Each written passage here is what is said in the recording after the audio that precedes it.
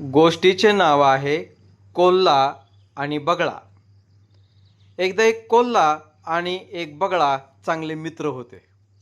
एके दिवशी कोल्ह्याने बगळ्याला जेवणासाठी घरी बोलावलं. बगळा अगदी आनंदाने तयार झाला. कोल्ह्याने जेवण म्हणून फारच सुरेख वास येणारे सूप तयार केले आणि ते सूप एका सपाट ताटात वाढले. पण बगळ्याची चोच लांब होती, त्यामुळं त्याला ते सूप खाता आलेच नाही. त्याने थोडासा खाण्याचा प्रयत्न केला, पण काहीच खाऊ शकला नाही. कोल्हा मात्र चाटून पुसून सगळं सूप संपवून टाकतो. बगळा दुःखी झाला, पण काही न बोलता परत गेला. दुसऱ्या दिवशी बगळ्याने कोल्ह्याला जेवायला बोलवलं. कोल्हा देखील आनंदाने तयार झाला.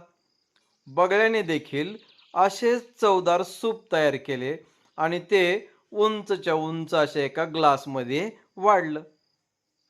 बगळ्याची चोच लांब होती, त्याने ते सहज खाल्ले, पण कोल्ह्याला मात्र ते सूप खाताच आले नाही.